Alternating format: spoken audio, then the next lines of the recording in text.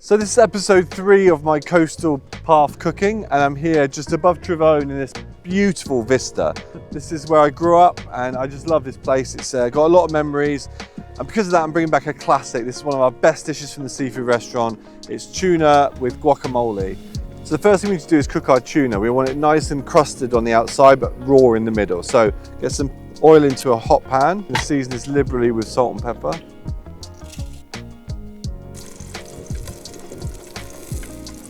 But I definitely don't want to overcook the actual tuna, so I'm happy with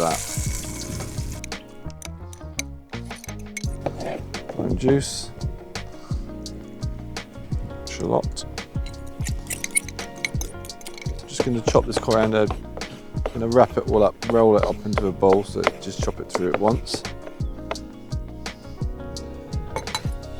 I like it quite chunky. At work sometimes we do blend it, so you can pipe it in a piping bag, but this is good outdoors, just how the old man likes it, that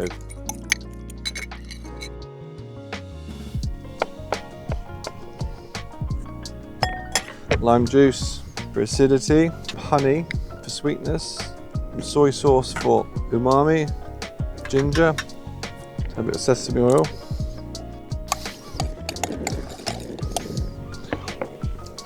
And that's it. So now it's about loading the plate.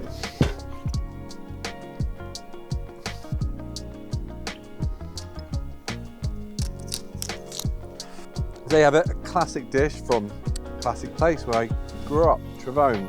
So simple, you know, that dish is done in literally almost real time. Sear the tuna, make the 2 dressings, but it looks wonderful and it tastes delicious, and it's well worth this perfect vista. If I had a beer, I'll be in heaven.